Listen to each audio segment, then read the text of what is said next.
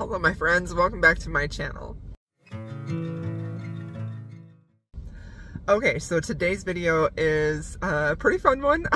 I saw this idea or this thread rolling around on Twitter, and the idea was enemies to lovers, but she has always hated him, but he has always like secretly been in love with her or secretly had feelings for her.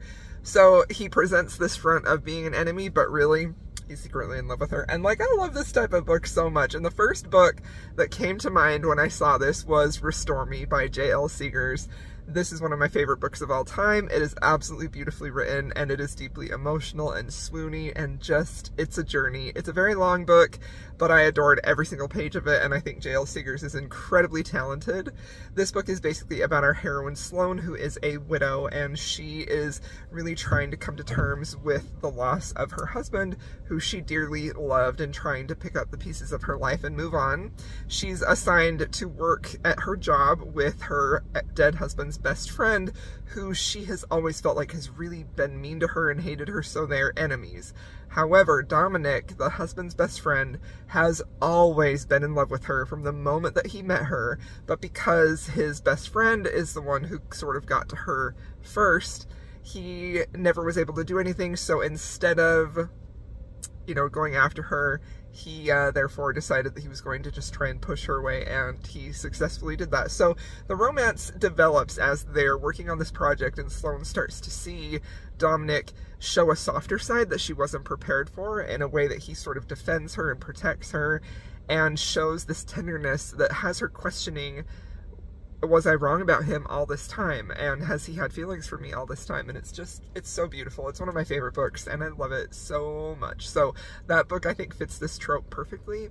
Another one that I think fits really well here is Love on the Brain by Ali Hazelwood. I love Ali Hazelwood. I think she's a very fun writer. I've really enjoyed the two of her books that I have read, and this one was super fun. The setup is our heroine is a neuroscientist, I believe, and she ends up landing a job at NASA to do this very prestigious assignment, and she's co-leading with this man, Levi, who is actually sort of her arch nemesis from graduate school. And she believes that he made it very clear that he did not like her, that he was not attracted to her, that he really sort of found her offensive in any way.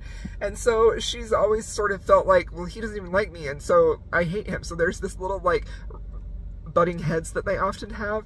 But as they're working on this project and things start going wrong for her, like other employees are kind of throwing a wrench in the plans, she starts to see, again, Levi be standing up for her and trying to sort of soften edges, and she's taken by surprise because she thought she had him pegged, and she's like, he's doing nice things, was I wrong this whole time? And it's just really great because, like, there's few things that I love more than a man who has been, like, pining and secretly in love with the woman for so long. It's just, it's truly one of my favorite things, and this book did that really, really well. I loved it.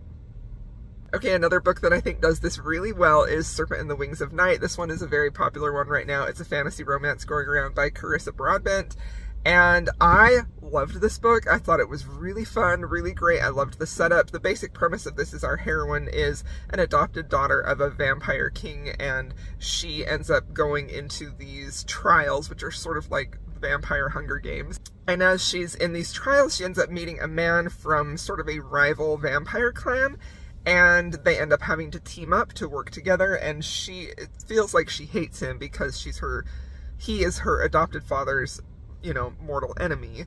But she's also taken by surprise because some of the things he does show that maybe there are some feelings there that go beyond just this partnership they have to try and make it to the final round of the games.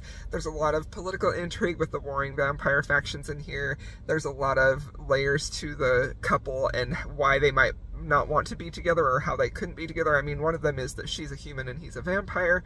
Another one is the history of their families and their, you know, her adopted father's vampire clan and his vampire clan, and it's very complex in that way. But I really love this hero because even though he is absolutely, like, tough and deadly and can, you know, massacre all kinds of people, he is a cinnamon roll inside, and he has a lot of feelings for the heroine, and he's very gradually and also very strategically revealing them to her to hopefully win her over, and I really enjoyed that. You don't get a resolution of the couple's romance in book 1, but the second book is out now, and that is the completed romance arc for the couple, book 1 and 2. Hey, going along with the fantasy romance, I have another one for you, and it is The Witch Collector. So this is a fantasy romance that I read recently, and I really love the setup of this couple. The hero is the Witch Collector. His job is to go for the king to find a witch to help bring back to the king's kingdom to be able to provide them with the magic that he needs to keep his people safe, to keep his lands protected from the big evil power. So as he's going to go and do this, he feels that there is a witch over in this land that he needs to bring back, but he can't quite find her. Some invaders come in and massacre the town where this witch is, and the heroine is the witch that he's trying to find, but she has been suppressing her magic so that she won't get selected by the Witch Collector because her sister did, and she wants to find her and save her, but she can't do that if she ends up getting taken by the Witch Collector. Because of the massacre that happened in the town, the Witch Collector and the heroine end up teaming up together and traveling across the country as the only survivors in that attack. And as they do that, they travel. There's only one horse trope in here. They start to get to know one another. He finds out who she really was, and she finds out that maybe she was mistaken about witch collecting as a whole. And this was just enjoyable. I really loved the dynamic between this couple, and I think that that really played out, because even though maybe he wasn't in love with her right from the get-go, he had this admiration from her that wasn't even reluctant. He was just like, this woman is like incredible. Like, he was constantly like admiring what she did and her power and her personality and everything, and she continues to hate him, and she has good reason to hate him, whereas he is constantly like just bamboozled with this incredible woman. And I just thought that was a lot of fun. I liked that a lot.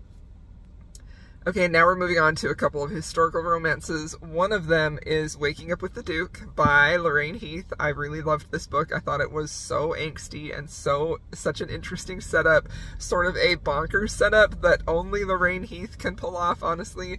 But I really enjoyed this. The basic premise of this one is our heroine is married to the Duke, I believe. I actually don't know what his title is, some form of nobility. She's married to him.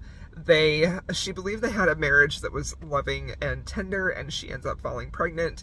And on a night where he decides he's going to go celebrate with his best friend, he gets drunk, they get in a carriage accident, and he's paralyzed from the waist down and can no longer perform his husbandly duties, therefore can no longer sire a child. And the trauma of that night caused the heroine to lose the baby, to miscarry the baby. So now she doesn't have a baby. She desperately wants one. Her husband can no longer, you know, help her out in that way.